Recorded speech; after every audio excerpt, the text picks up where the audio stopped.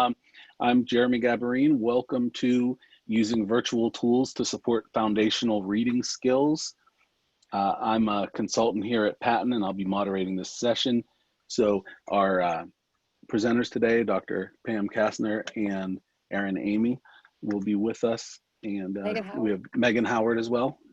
Right, so 3 presenters for this session. And the session, just quick reminders, the session is being recorded, and that recording will be posted to Schoology as soon as possible. Due to the size of today's session, we ask that all participants keep their microphone and camera disabled unless or until it's needed. And so it's my pleasure now to turn things over to our presenters. Thank you. Thank you.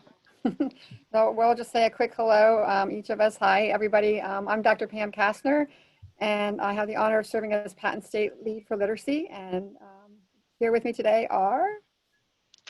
I'm Erin Amy. I'm IU5 TAC. And I too am Megan Howard with IU5 TAC. Erin is my partner in crime. So nice to be here, and I see a lot of networking going on in the group chat. So welcome, everyone. Yeah, nice session. So we're just going to walk you today through some tools. 1 hour is going to fly by. So we're going to try to pack in some learning and some tips and tricks. And so we'll get started. Okay, so I'm going to open us up by always talking about the learning intentions. This is about foundational reading skills. So we're going to be really honing in on phonemic awareness, phonics, and decoding. But we're going to be offering ways to, we're going to be modeling ways to support your virtual learning for your students through those 3 big ideas using virtual tools. So there'll be a model and a practice. Okay, so then take it away, Erin, then I'll see you soon. So, okay. Oh, sorry, Erin. Go ahead, Megan. So as you know, most of us are either in a virtual environment or partially in a virtual environment, or some kind of combination. I'm sure that you've heard unprecedented and new normal way too many times, but that's what we're faced with right now. So we've been trying to do our homework the best we can to offer you the most help and the biggest bang for your buck in the virtual environment. And we're thinking about those 3 things that you see in the squares on the bottom of the screen. And these are all things I'm sure that you do when you're in the classroom, and now we're in the virtual world. So we're thinking about that evidence-based practice, the explicit and systematic instruction, of course, corrective feedback. So how do you do that in the virtual world, depending on the platform you're using? But we are going to show you a really awesome tool and website that's going to really hopefully boost what you're doing and use the things that I just mentioned. So we'll keep moving along since we have a short amount of time together. We have a lot to show you. Some of you will feel a little overwhelmed by the end, and that's perfectly normal. We're always available for an email, or if you want to meet us online and talk about some of these things. But this is the University of Florida, and they put together, which is really exciting, a free collection of tools for you, and they constantly update it. Erin and I started looking at it way back when this all began in March and April, and it has grown astronomically. And again, it's all free. And so the University of Florida Literacy Institute is what we're going to investigate today. There are free webinars right on there. Erin and I and Pam have looked at the Intro to Teaching Reading Online. They give you a tour of the website, which is always helpful because I don't know if you're like me, I'm not super tech savvy, so I really needed to kind of go through it and get a tour of the website so I knew what I needed and what I was looking for, and it kind of led me in the right path that way. And then I just watched the Tech Tools for Online Instruction, and that was very helpful as well. So the gal that hosts one of the webinars, she's really great because she's like you and I, she's a teacher, or she's, you know, maybe you're not a teacher, but a different kind of administrator, or even someone new to the IU like me, right? So we're always looking at, you know, what we can do better and how we can better beef up our instruction. And the series of webinars leads right into some questions about how you're going to present your material. And so we have some listed right there on the left of the screen. And really, if you kind of shoot down to number 6 there, it's all about minimizing stress. So I know when I get something new, or when I was teaching way back when I was teaching, I get something new and I'd learn something and I'd want to use it the very next day. And really, there's a lot of playing around, as you would with anything new. But how do you want things visually displayed? Do your students have access to see you? Do you have access to see them? Do you talk about virtual backgrounds? And how do you expect students to respond? Do they even know how to, poor little kindergartners, do they know how to use their mouse and, use that cursor and click on things? So there's a lot of expectations to be talked about and thought about too. So on the right-hand side, you'll see that there's the tours that I talked about are available right on this University of Florida Literacy Institute, and we call it UFLI throughout the series here, or the session. But there's also a spotlight on primary grades K through 2 tonight at 7. So grab your popcorn, watch that. Or you can go August 20th at 7 o'clock for grades 3 to 5. And of course they're recorded and you can view them anytime. I think they have a Facebook page as well. We'll get back to you on that. Yes, they do. They do. Thank you. They stream the webinars to Facebook Live. In case you haven't registered, you can go to their Facebook page. Mm-hmm. Thank you for saying that, Pam. So and UFLI, like I said, they even update the colors that they use on the letter cards. I mean, they are constantly trying to make it better for you and for teachers and for the students. So we're thinking about learning goals. We're thinking about all the things, the planning, the setting up those expectations. And Erin is going to take over in a little while, maybe next, and talk a little bit about what it looks like. So just to kind of orient you to the way that this looks on the website, when you go into the UFLI hub, that's virtual teaching hub, you can see a list of options. And I just did some screenshots for you so that we weren't jumping in and out of the PowerPoint in present mode, but we will get out and show you a couple of the features. So you'll see lesson structures, you'll see instructional activities, tab or portal, also a managing attention and behavior. So when this came out in June, I think they kicked it off in June, this was not there. So this is new for everyone. And they also have a really nice tech tools and tips. So as Megan said, if you're combining with an LMS like Schoology or Google Classroom or something like that, they give you tips on how to do things in those platforms. So we're just going to walk you through each of these components that we felt were pertinent for today. So a really nice component of this is the tutorial section. It's in the orange bar there, and they have created videos for you to watch and play for your staff, watch together as a group for not only how to use the tools, but what it looks like with real students. So small group videos with a teacher and one-on-one videos and some modeling. So we're going to take a look hopefully at one of those videos today. And this is a wealth of information. So if some of this is new for you, be sure that you know that there are tutorials on each of these tools that you can watch at a later time. And please do that. So like Megan said, these are tools, but they're not games. They're not apps necessarily. They are to use for instruction.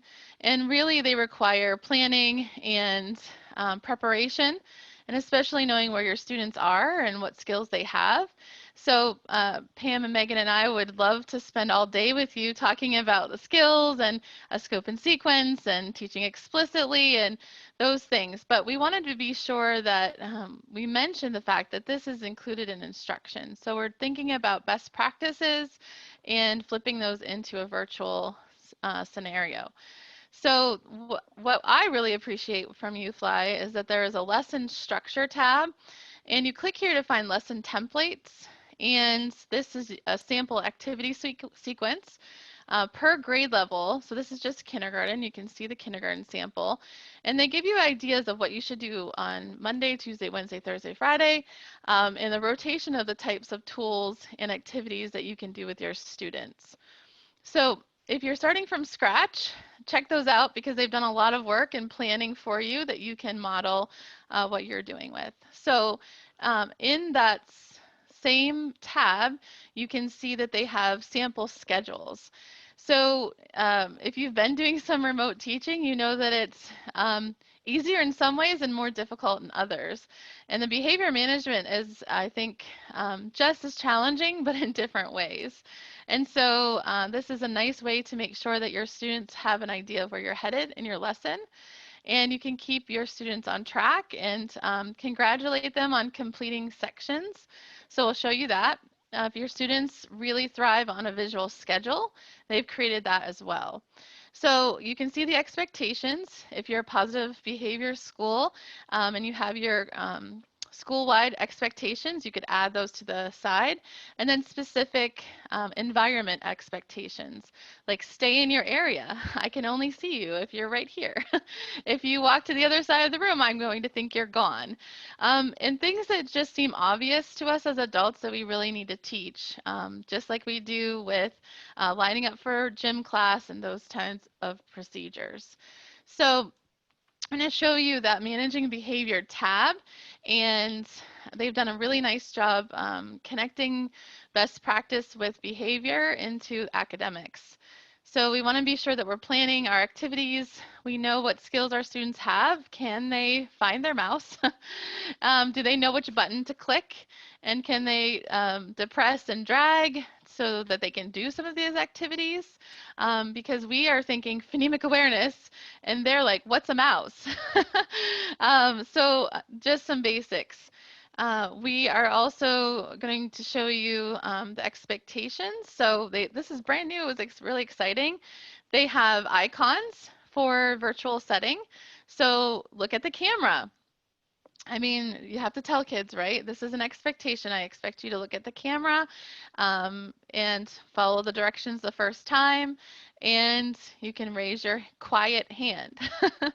And so how do you do that in Zoom, right? If you happen to have a student who has their camera off or it's not working, we have to teach them how to raise their hand. So this is a nice visual schedule component that they have there. And Megan and I were so excited. You can't see her face right now, but we were excited to find that there are sticker packs in the in this section. And so it's a PowerPoint. You download the PowerPoint, and all of these icons are clickable. So you click on it, right click if you have Windows, and copy. And then on your schedule, you would just say, great job for phonemic awareness class or kids or students. You get a star for that session. Now we're going to do the visual drill. So you complete the visual drill, and wow, we've done 2 parts of our lesson. So the kids can really follow along. They know that they're doing a good job, and they have 4 more parts left. So setting up some positive reinforcement is really important. So I'm going to be sure that I'm sharing my audio, and my co-host can let me know if you don't hear this, but we're going to show just a short clip of Valentina. She is one of the developers of the tool, and she is at the UFLI, I don't know, headquarters. And so she's going to be doing some modeling for her students, setting some expectations. And so I just want you to jot down what are some things that she does to model student engagement, but also teach them the behaviors and the expectations.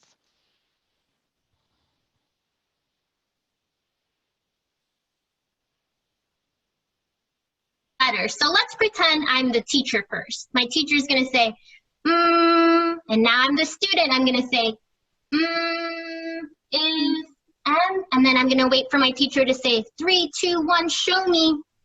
Did I get it right, friends? Thumbs up if I got it right. Very good. Are you ready for your sounds? All right, I'm going to erase 3, 2, 1. All right, looking and listening so you know what to write. What letter says ah? Show me on your board. Good job writing. Say the sound if you need to. Ah. Show me in 3, 2, 1. Show me. Good job, friends. A says ah. Put it in front of you. Try to do lowercase letters because those are the ones we have to practice the most. Thank you for showing me that, Ava. Okay. Very good. Go ahead and erase. 3, 2, 1. Thumbs up that you're ready for the next one. Okay, so in a normal situation, we'd have you partner talk. So hopefully you jotted down some ideas. But some of those ideas were she was perky. She didn't give them a chance to be distracted. She used some cues like looking and listening and show me, right? Visual and auditory cues. 3, 2, 1. I'm only going to give you 3 seconds to erase, so you can't be drawing on your whiteboard. So those are some things. They're excellent models. She showed what it was expected and then had the students practice. So I do, we do, and you may need to do I do, we do, I do, we do, or I do, then lots of we do's until they can do it independently. So it depends on your students. And so now we're going to hop over to just a wee bit of theory. Hi, everybody. So, of course, at Patent our IUs, we do ground ourselves in the theoretical frameworks that underpin the science of reading and specifically foundational reading skills. So we're just going to spend a few minutes talking about the simple view of reading and phonological and phonemic awareness. So we're starting out with the Simple View of Reading by Goff and Tunmer from 1986. And when Goff and Tunmer's research has been supported over and over and over in empirical evidence. And so when I say 1986, we know that that was a long, long time ago. And oftentimes when we think about these theoretical frameworks, we think of them as what Louisa Moats would call settled science.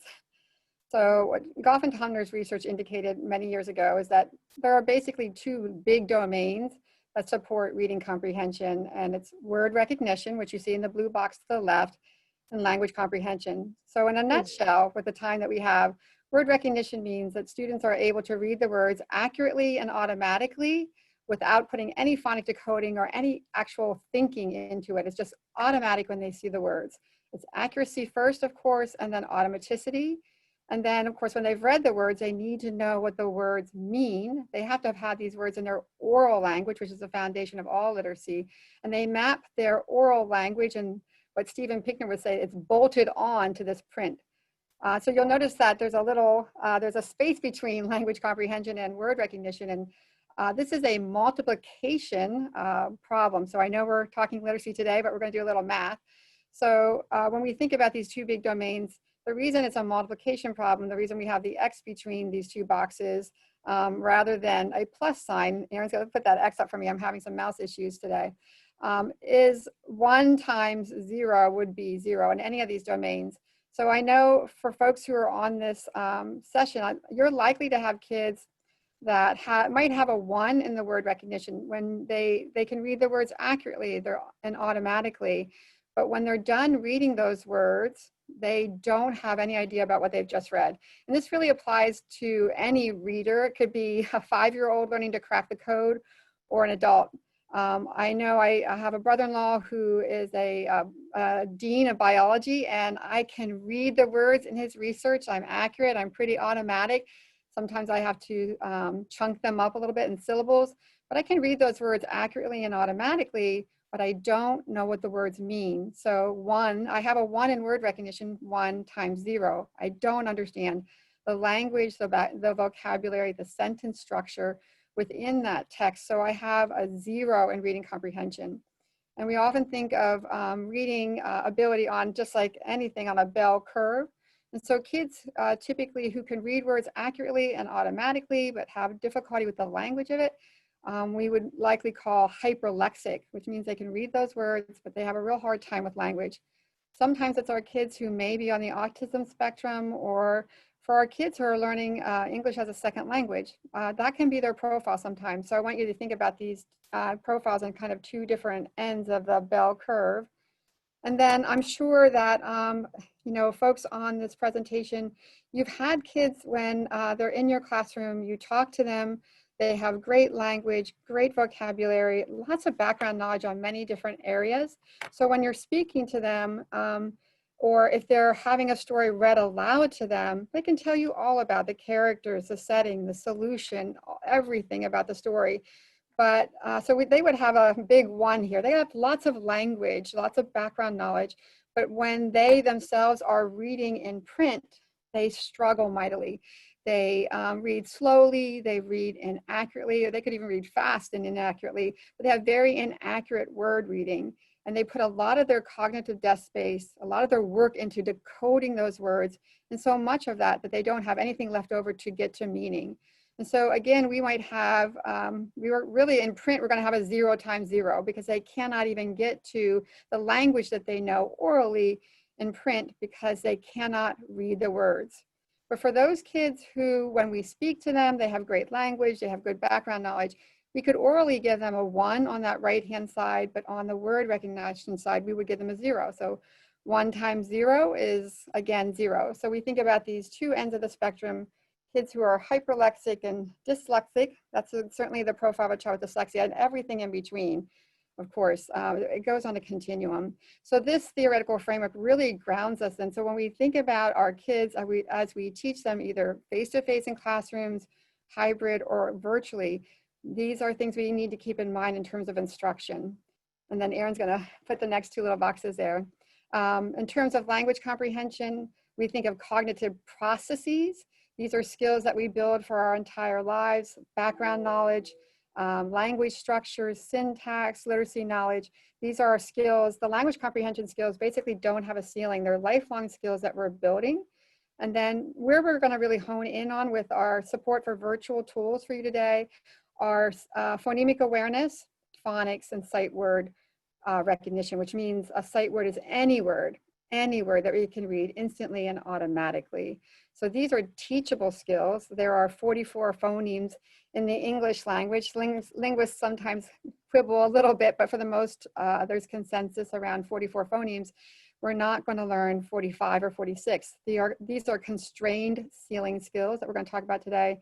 And of course, we map sounds to print. Graphemes are phonics.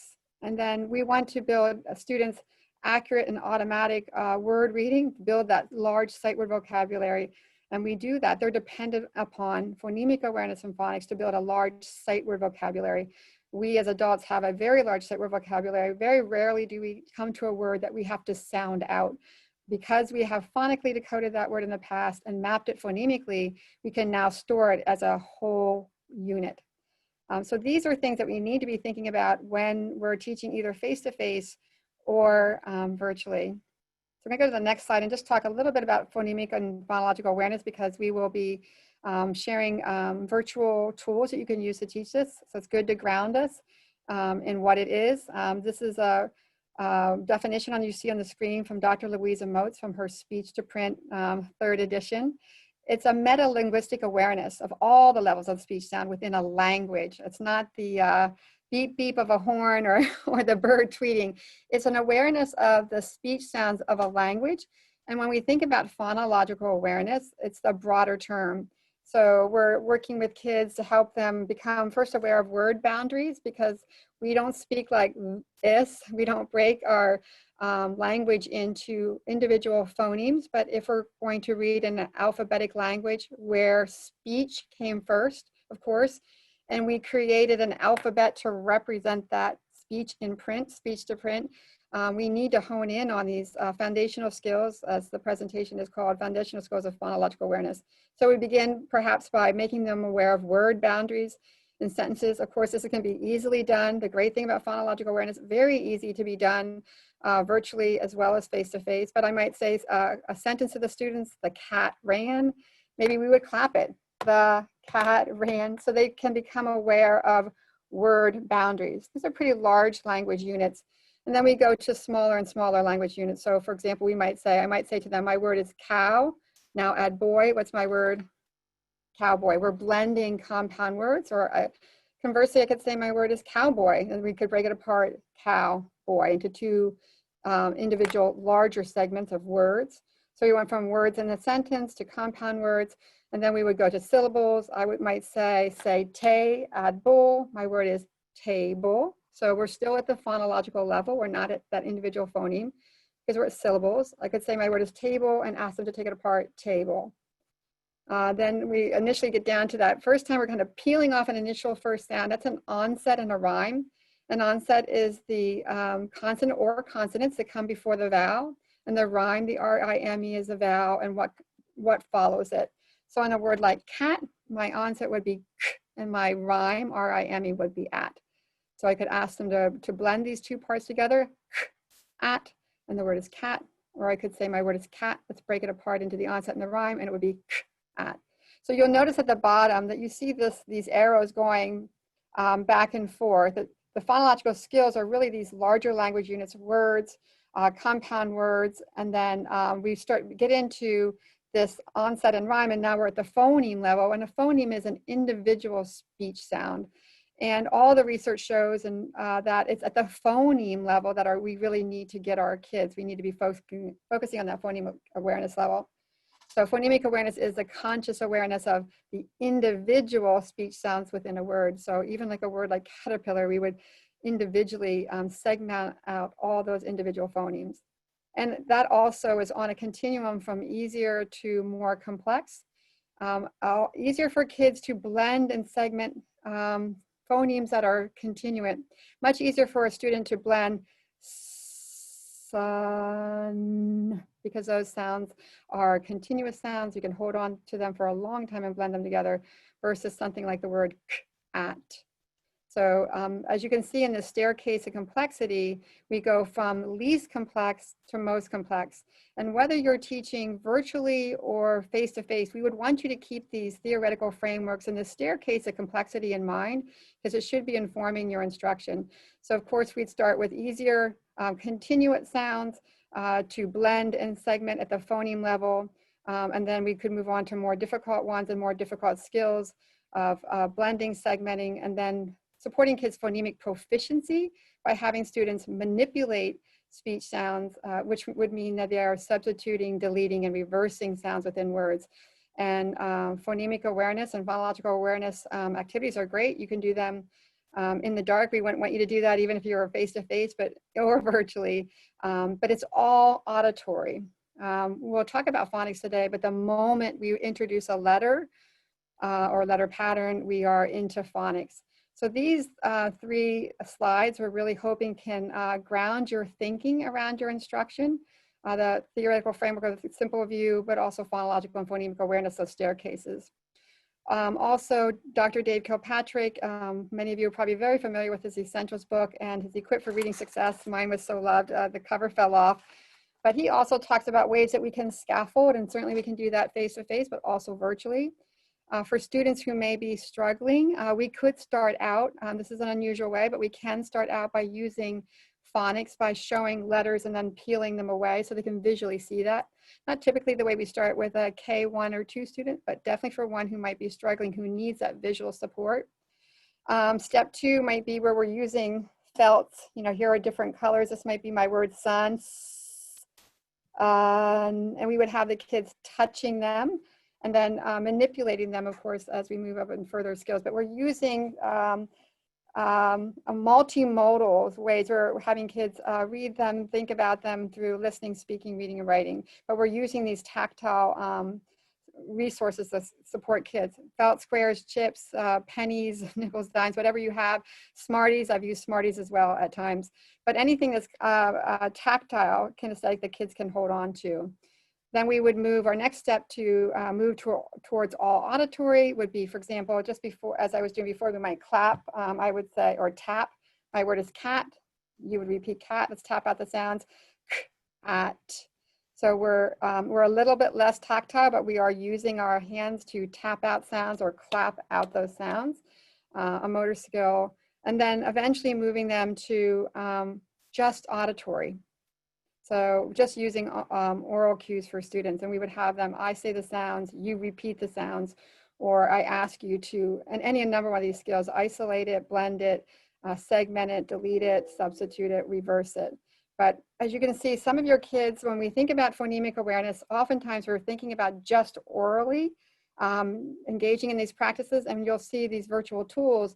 We're going to show you ways that you can scaffold some of that as well, because some students will not be able to engage in these foundational skills just auditorily. They may need to see the print. They may need felt squares or a way to move the mouse to physically be doing something, or they may need clapping, and then eventually you can get to the oral. just the oral. So you can see that each of these steps becomes like this gradual release of becoming more independent with the skill. So we would really encourage you to think about these last few slides that we've engaged in, to think about your instruction. Yes, virtual, we can really have some cool bells and whistles in virtual, but always keeping in mind our instructional goals and these foundational learnings that support those goals. Okay. Okay, thanks, Pam. And to go along with what Pam was saying, so manipulatives, we use those a lot as elementary teachers, even in the middle school, but we're kind of talking most about the younger learners. And there are a lot of benefits of manipulatives. In this little quote, certain groups of students, including learning disabled students and students with limited English skills, benefit from using manipulatives. And that's so true. But how in the world do we do that virtually, right? So we're here today to just kind of show you a couple of examples, and especially that UFLI resource is going to be very helpful in that regard. So we were going to take a quick poll. I know we're getting short on time because we have so many things to show you and tell you. But if you've already clicked on participants down on the bottom, that would be great. If you haven't, go ahead and do that. That way you can give me a quick yes or no if you've used sound boxes and chips to teach phonemic awareness. And you know, some of us are new to the game, and some of us have been around, and Elkonin boxes have been around for years and years, but not everybody knows about them. So looks like a lot of us have used them or know about them, but almost just as many have not, and that's okay. So some of you have probably heard of the site FCRR, which is Florida Center for Reading Research. There are tons of lessons jam-packed on that site. As a new teacher, and actually before I even left the elementary level, the classroom, I was using this site. There are just a ton of activities, resources, and lesson plans. So they do explain Elkonin boxes and chips. They even have videos to show you. So it's important to understand what these things are and what it is that you're trying to show the kids and what they're trying to do. So phonemes are sounds, right? So we're starting with non-involving print, and we're moving all the way to print. So that's kind of the smallest part of it, all the way to the largest part. And Louisa Motz's book has been shown in the chat. I strongly recommend that, speech to print. But this is where we're starting at that lowest level there. So we're trying to focus students' attention on the internal details of words, and that's what Elkonin boxes do. If we get to it, Erin's going to be the teacher, and I'm going to be the student in a little bit, and we're going to show you how you can manipulate Elkonin boxes, or at least chips, with your students virtually. And the fun part is you don't have to listen to those chips falling on the ground during your lesson. It's all virtual, right? So as much as I'm sure you miss the little kids, you know, I'm trying to make light of it, but this is definitely beneficial for you. So I'll let Erin take over on this part. Okay, so we're just going to kind of fly through this because you can check out the hub, but there are instructional activities within that section that pertain to exactly what Pam was speaking about earlier: phonemic awareness, phoneme-grapheme correspondence, decoding, all the way through irregular words, a little bit of connected text guidance, and some writing. So those are all featured. So we're going to jump right into phonemic awareness and show you some of the components. So UFLI has done everything in PowerPoint. Today we are showing you this in Google Slides, so it can be done. All you need to do is upload the PowerPoints into Google. There's just some caveats there that you cannot present like I'm presenting right now. You have to click exit so that you can get into your mode to edit. So I'm just going to close, you know, some of these things down and make them bigger so you can maximize your screen so your students can't see your notes if you don't want them to, those kinds of things. However, Google Slides will constantly save, which is fantastic when you are working with other people and collaborating. Not so great if you're working with students and you just want the chips to like go back to where they started. So those are some things to keep in mind whether you want to use it as Google or PowerPoint. So there's some very basic phonemic awareness games or activities in there, like sorting by first phoneme. But today we're going to really show you what Dr. Kastner was talking about, the stair step, going from simple to complex, using symbols, right, and manipulatives to represent those really abstract concepts of phonemic awareness. Seems easy to us because we're proficient at it, but students have a hard time sometimes understanding what the task is. So we're going to model Megan and I being a student and a teacher. And this is usually where Megan and I, Megan says, remind them of what you're doing with your mouse. So you can It's the best part. This is an add-on that you can get from Google. It's free, and I can change my mouse. So just like you can add stickers to your charts or to your students' screens, I can change my mouse to be anything that I want it to be. Or you can give your students that choice, right? A choice is great motivator, and I don't mind if it's a pencil or an eraser. And so if that's what we wanted to use, then you can see that the pencil and eraser switch as I hover. So for these tasks, though, you'll just get the cursor and the chips. So we're going to model some basic tasks. So I am going to have Megan repeat the word. I'm going to dictate a word, then I'll have her repeat the word, and then we're going to do a more advanced task, like it's called chaining, sound chaining. So Megan, can you say the word sun for me? Fun. Good. So Megan, just use the blue chips, and I'm going to assign you mouse control. So if you're the host of Zoom, you can go down to remote control, and I'm going to click on Megan's name, and now she can run my computer. So let's see if it'll, there she is. Okay, so I can assign one person at a time. The word was sun. Sun. Sun.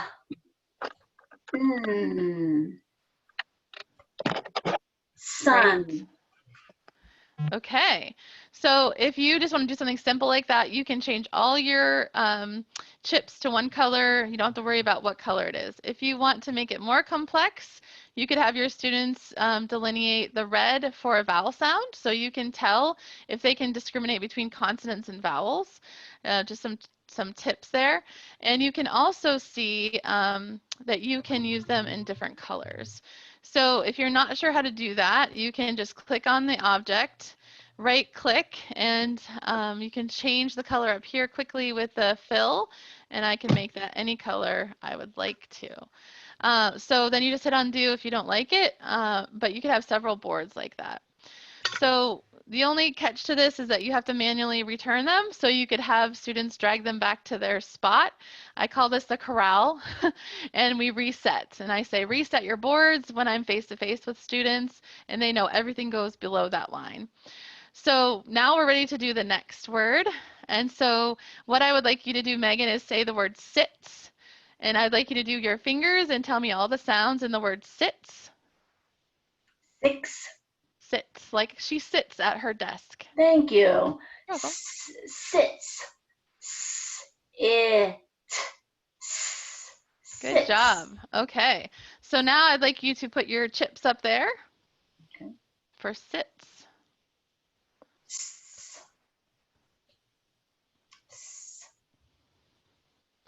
Is it okay if I use different colors, Mrs. Sure. Amy? Yep. Okay.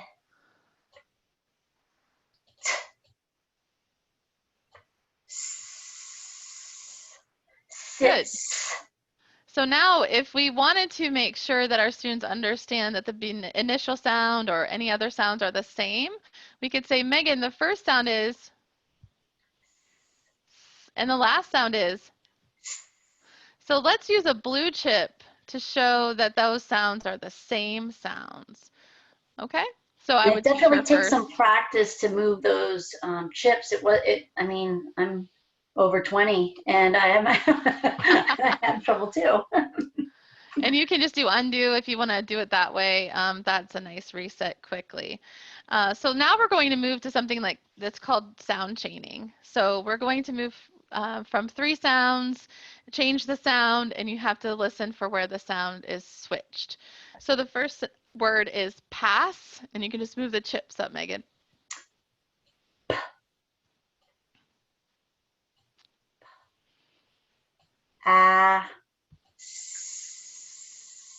Pass. Good. So if that is pass, show me patch. Patch.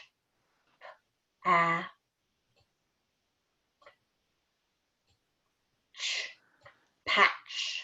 Great job. Listening to the sounds, you identified the ending sound was different and changed that sound. So what word do we have now? Patch. Great. So show me pad. Pad.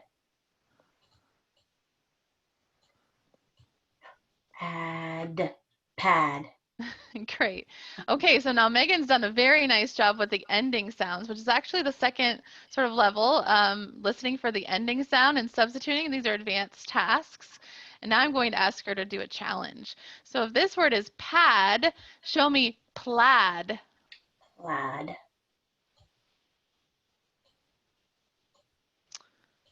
So as a teacher, I'm watching to make sure that she puts that in the right position. She doesn't just add it to the end, because you will see what kind of processing your kids have. If a student just sticks their chip at the end, you know that they're not really being careful about the position. And so Megan, the word plaid kind of is a weird word. So maybe you have pajamas that are plaid, right? Like buffalo plaid. And if you have take away the first sound, you get what? What is this word now? Lad. A lad in plaid. So you can just scoot your pictures underneath this little window, and it's a great trick that UFLI uses. They use that little white filled-in window to hide things that you don't want kids to see right away. So all you do is you set your objects to order, and then you set it to send backwards. So if I were to do that, then all my pictures would come in front. So those are some little tricks that UFLI has put in there. So though this is the Speedy Gonzalez version of phonemic awareness in a virtual environment. And I wanted to just share with you that we're transitioning to phonics here. And we're now going to map those sounds that we've been so focused on individual chips for individual sounds with graphemes. So we have, and I'm just going to turn this back to present mode here. We have routines for you in phoneme-grapheme mapping, which is sometimes called PGM. And we're focused on, again, on that speech to print. We hear the phonemes and we write them down. And those boxes that you saw in represented by chips, right, are now going to contain graphemes that match. So again, we want to focus on individual phonemes of words and be sure that we're layering on those spellings. So we are going to have this document for you that's called the Instructional Routine for Phoneme-grapheme Mapping. But it essentially says the teacher tells the student a word, like I dictated to Megan. She repeats the word so that we make sure that we have the correct word. And then we ask the student what sounds they hear. They push the chips, just like we did with our virtual chips. And then we ask, what letters do you write? So R, A, N, right? It would be spelled R is R, A, I, N. And those would all require some phonics and spelling lessons to be able to do those pieces, but that is the procedure. So UFLI has created an app, a web app. You don't have to download it onto your tablet, but it is a web app, and they have 2 versions of this that sometimes come with programs. You have little grapheme tiles that are magnets or chips, and these are nice to use for simplicity purposes. So if you're doing pre-K or kindergarten, students can certainly identify the letters and pull them into your boxes up here. So if we had a word like pass that we practiced, pass, we would know we would only use 3 of those boxes. And so it's good to not have the exact amount of boxes, but that is a way to scaffold for students.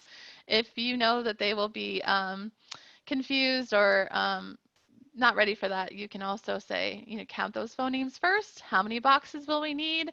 And then put in our graphemes. So we created some bit.lys to get you there faster.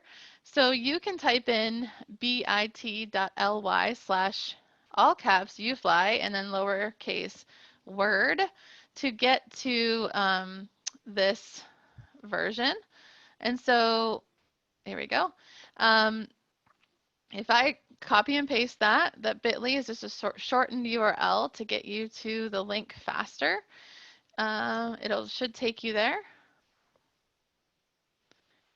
And this is an interactive app where we could practice things like a little bit differently. You can do the same thing we just did, just doing dictation and spell it back.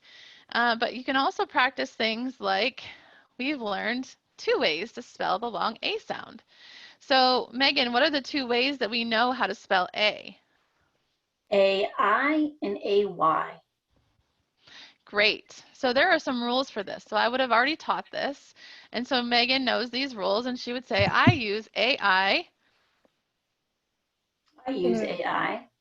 In the middle of a word. Oh, thank you. In the middle of a word. I'm sorry, I was answering the chat. Responding. I use AI there are in the so middle many of good the questions in the chat right now, and I'm like, I know.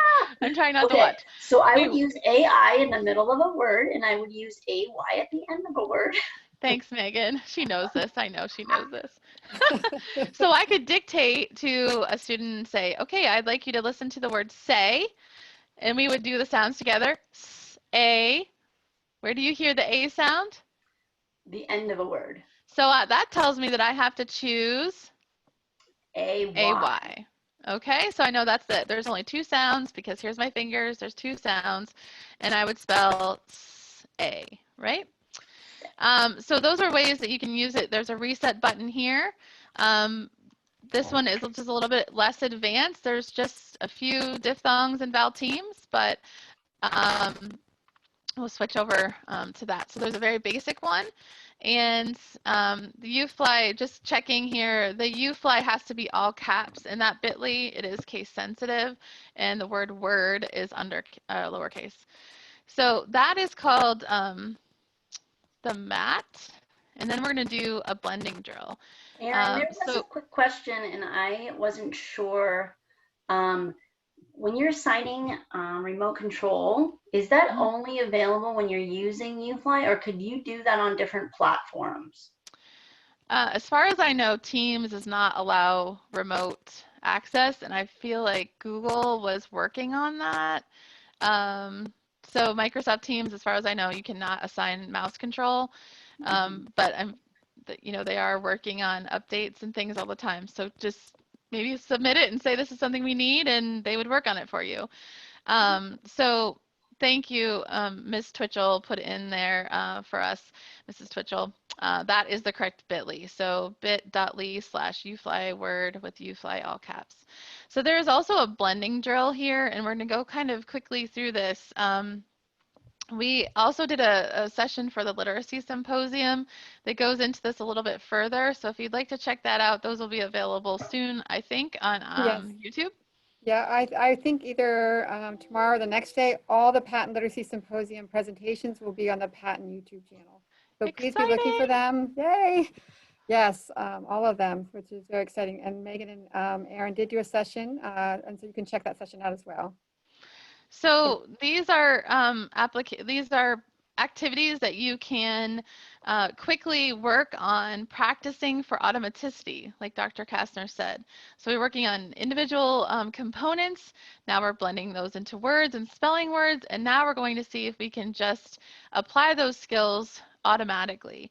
So I would ask my students to tell me the sounds, right? Sound, blend, right? Those, or if they need more scaffolding, we would start with those continuous sounds like lop. And then what's our word? Lop. That's much easier than doing something like up and then blending it together. So if you have students, of most teachers that I talk to, what about those students who say up, pop?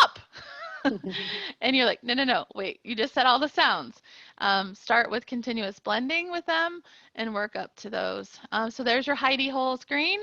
And I would just ask Pam or Megan, right, to read the words. So once we get to this automatic stage, I can just say, hop, Hop, right? Up. Fop, hop, bip. hip, hop. Okay, and so we would set Careful, expectations. careful. Whose turn is it? And this is really nice because you can stack the deck, literally. I'm going to put 7 opportunities, put IR in this deck, and some short vowels. So this is discrimination practice. Lots of opportunities to practice those newest skills, and I'm seeing if my students can apply those new skills into reading words. So brand new is the virtual blending board, and it's pretty fabulous. Megan and I were trying this out. And so this is the blending board.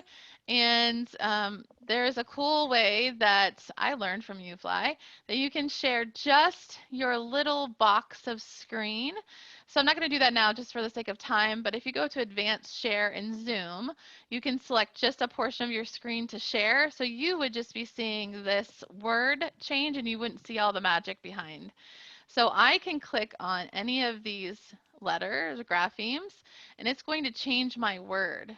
Okay, so automatically I can just say, oh, what's the word, Megan? Tape, What's the word now? tame, And now? tam. That's the practice between silent E and closed syllable that we need so much work with, especially in first grade. And so these are all the initial sounds. And if you are like, oh, but my kids know so much more, look at all these.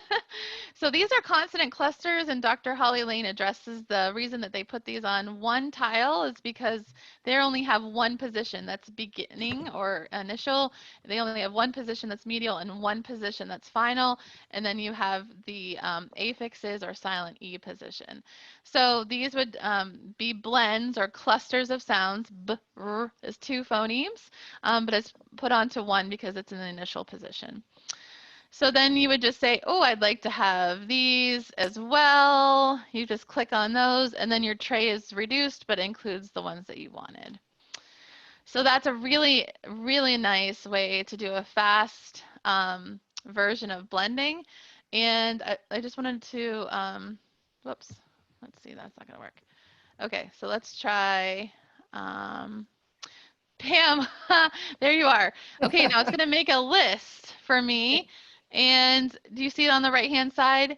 We actually copied this over, and you can make a list for fluency. So reread these words really fluently. So we wanted to show you also, point you in the direction of Flippity. So Flippity is a free resource as well that has participant selectors, so you can call on kids' names with a big wheel. It's really fun. And so maybe, Megan, you could drop in the chat flippity.net for everyone. And it is a free Google Sheet-based tool. So our letters, Classic Edition, we are using this activity. Join us for letters if this is a lot of new information for you. Megan and I have a 3rd edition version going, and I use across the state. We'll be able to support you in learning the science of reading and applying these components. And so, so is your patent offices, and I'm not sure what your offerings are right now, Pam, but you could let us know about that. Dyslexia. But if you wanted to try this out, Kate Stuckey's on. She can support you too. I'll drop this in the chat, and you could try this out. bit.ly/K spellings will get you to this flippity sort board, and you can try it out. It's just like refrigerator magnets in a virtual environment. So we're not going to have too much time to run through this. Maybe we should do a little recorded spot and we could upload it or something. Yeah, I'll be very brief here. We did want to share with you a transfer to text protocol. This does come from the 95% group. Susan Hall has been very kind to allow Patton to share this, but what we're looking at here is a gradual release and lots of repeated practice of decodable text. The phonics skills that we've taught kids, we do not want them in text that causes them to guess and with spelling patterns they have not learned. How they are going to orthographically map or store those sight words is by having repeated practice. The great resource here in terms of repeated practices, there's 3 different passages, and you can see by looking at the graphic there that just went away a little bit. There you go. Thanks, Erin. Is that we are scaffolding them much more so, and then gradually releasing them to engage with that text in that spelling or phonics pattern independently. So we start out with 3 passages that are working on the same phonics skills that we taught them. You can see on Monday, we are highlighting the skill. So we're highlighting the words or the spelling pattern that we have just taught. And then we are reading that passage. And then on Tuesday, we are reading the passage with the highlighted words and then reading a clean copy of it. So we're taking away that scaffold. That's in passage 1. And then on Wednesday, we have a new passage with the same phonics skill that we've taught. Again, lots of repeated practice and varied text. And so they are, again, highlighting the skills and then reading those highlighted words. And then on Thursday, they are reading a clean copy of that same passage with that same phonics skill. And then on Friday, they have an additional passage with the same phonics skill. And they're reading a clean copy. So you can see they get lots of repeated practice in these phonics skills to help them orthographically map. They're not engaged in leveled text with many, many different spelling patterns. There's an alignment between what we've taught and what we're asking kids to engage in connected text. And Erin, well, maybe we can just go through those slides, the next ones that come. Oh, you did, okay. Okay, I was There gonna are say slides 2:30. yeah, I know. There are slides that support more scaffold, so when you look at the procedure, you can see it better. Yeah, just put it in present mode and you can see how they fade in and change the support. So it's best if you have 3 different passages based on the same skill. So we gave you some free resources on the bottom of the slides, freereading.net, West Virginia Phonics, and some other places you may have Reading A to Z that have decodable versions of texts. But if you don't have decodable texts and you're looking for them, check these out.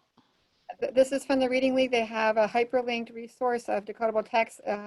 A lot of companies are offering them free virtually. Flyleaf is one definitely to check out, as well as others. And then I've created a decodable text kind of Padlet that has many, many, many resources on it that you can check out as well. Okay, so never mind. We'll just go to this. Yeah. Okay. UFLI has done it all, really. So this is, they just released this last week. This is a spreadsheet that has many hyperlinked resources related to their virtual resource hub, as well as presentation tools, and their video conferencing platforms are different ones. So as you can see, there are lots of hyperlinked resources there. We really, truly encourage you to check this bit.ly out. And this resource to support your virtual learning. And it's still 2:30, so. So thank you so much. We appreciate your time today. It was a race. We're sorry that it was fast, but there's so much good stuff to share. I just want to thank our closed captioner for keeping up for the last 5 minutes. That was an impressive feat. It was. And thank our presenters for giving us such a wealth of information. We'll be looking forward to accessing that on Schoology. I know this is one that I'll go back and watch again and try to pick up on what I missed the first time through. For participants